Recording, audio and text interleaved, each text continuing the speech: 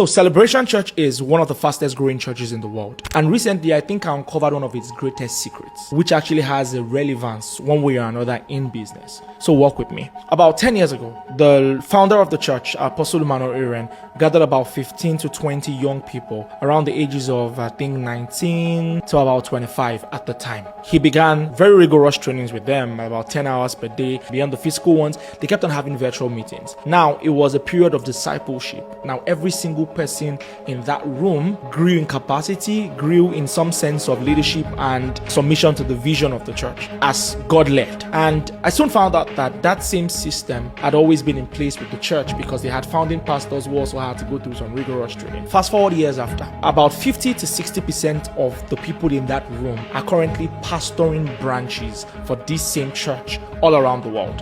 And so now the church has grown in leaps to about almost 40 branches around the world. Now here's where the problem lies. A whole lot of people want to copy the success, but do not know the story or the process behind the results. So Celebration Church is first and foremost God-backed, but did not just grow because God sent. It grew off the back of detailed discipleship and a commitment to training others. Here's what I learned. When you want to grow a body, or a church or any enterprise whatsoever, don't necessarily be so fixed on growing the business. Grow men. Men will grow the business. Grow men. Men will build the structure. And so his focus for the first 5 to 7 years in ministry was not necessarily church growth, but people growth. He was training people, and little did he know that things will soon explode in leaps and bounds more than he probably might have envisaged.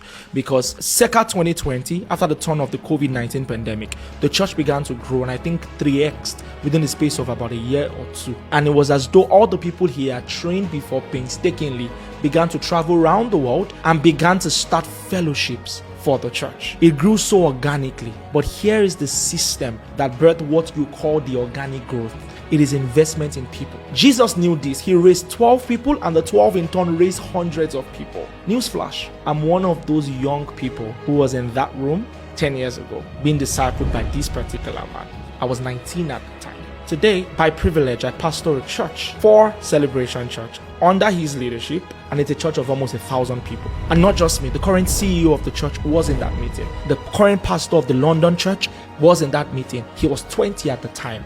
I was 19, probably the youngest in the room. You know, most of the founding pastors in this same ministry were actually discipled by this same person. So the growth was never sponsored, quote and unquote.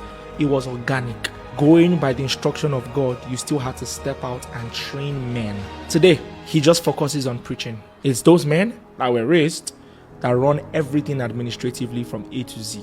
And two things I learned. Nothing will instill loyalty